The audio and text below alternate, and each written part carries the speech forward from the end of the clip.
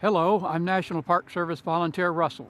Today, I want to share an amazing story of courage and bravery that changed the face of the American soldier and influenced the outcome of the Civil War.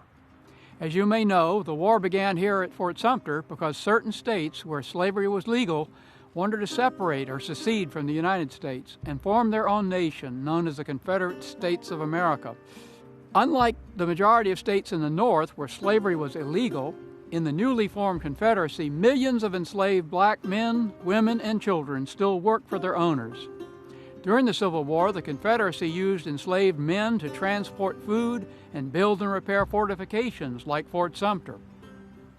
President Lincoln came up with a plan to encourage Confederate soldiers to stop fighting. If they continued to fight, he would free or emancipate their slaves. On January 1, 1863, he signed the Emancipation Proclamation and authorized the military to enlist free black men. There was only one problem. Politicians, citizens, and even the military did not believe the black man had the courage to fight. So recruiting began very slowly. The only governor to believe the black man would fight was John A. Andrews of Massachusetts. He appointed Robert Gould Shaw as colonel of a new regiment of black men that would be known as the 54th Massachusetts Volunteer Infantry. To fill the 1,000-man regiment, recruitment fanned out to other states and into Canada. One of the recruits was Alexander Alex Johnson. He was only 16 when he responded to the call to come to Boston. He was too young to carry a rifle, but he was the perfect age to serve as a drummer, and this was a very important position. The drum beats and signals that communicated to the troops while marching or during battle. The unit drilled at a camp near Boston, and in just 100 days, the citizens of Boston sent them off with a parade. Alex was given a brass drum, which he proudly beat as they boarded a ship headed to South Carolina, knowing that if captured, they could be killed.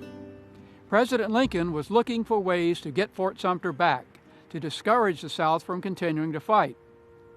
While the 54th was training, General Quincy Gilmore convinced the president that if he would give him 10,000 men and some new heavy cannons, he would bombard Fort Sumter until it surrendered and capture Charleston. This operation was being planned as Alex and the 54th arrived in Beaufort. On July 10, 1863, Union troops landed on Morris Island and captured about half of it. Fort Sumter was now in their sights, but one obstacle remained: Battery Wagner, a huge fort built of logs and sand, positioned to help defend Fort Sumter. The very next morning, his first attempt to capture Wagner failed. The general decided he would weaken the battery with artillery. On July 18, 1863, he ordered all guns to focus on Battery Wagner. While the bombardment was going on, 6,000 infantrymen were lined up on the beach.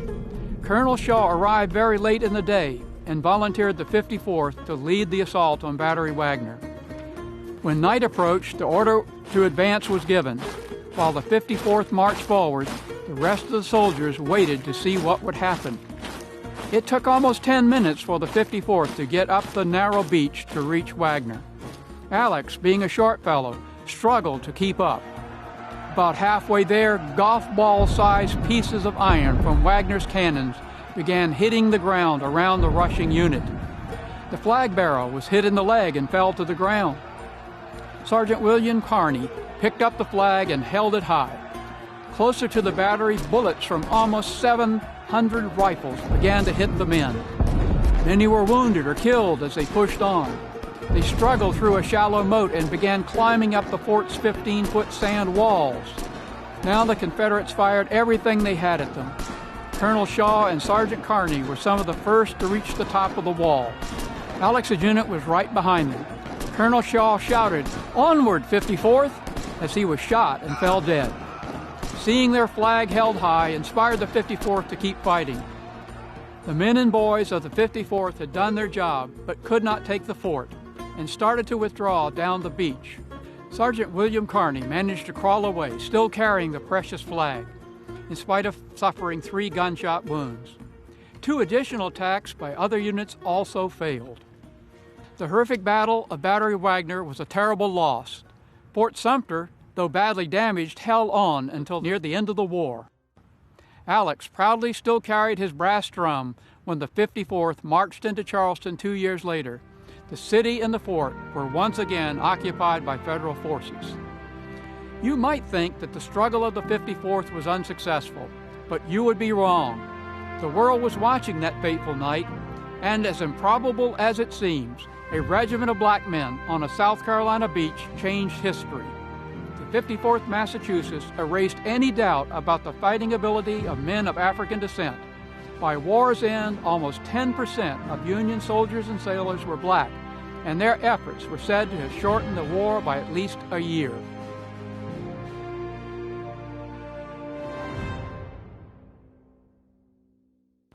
Now that you've learned about the 54th Massachusetts, we've gathered together some students your age that have some questions for you to think about. Hello, I'm Foster. If you had been Alex the drummer boy, how would you have felt when you joined the 54th Massachusetts Regiment?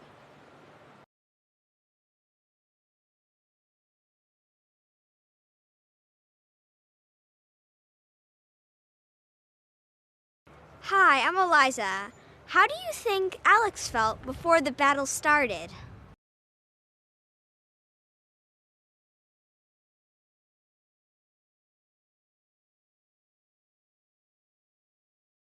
Hi, I'm Jamal. How would Alex have felt after the battle was over?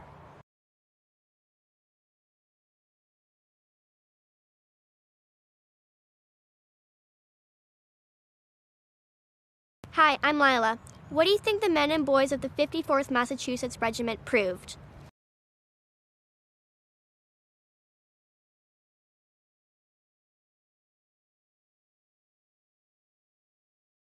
Hi, I'm Colin. How would you have felt if you were willing to fight and die but were not given the same tools and opportunities?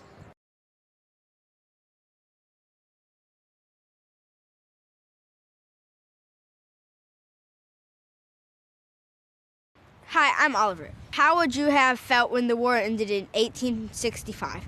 What do you think your life would have been like then?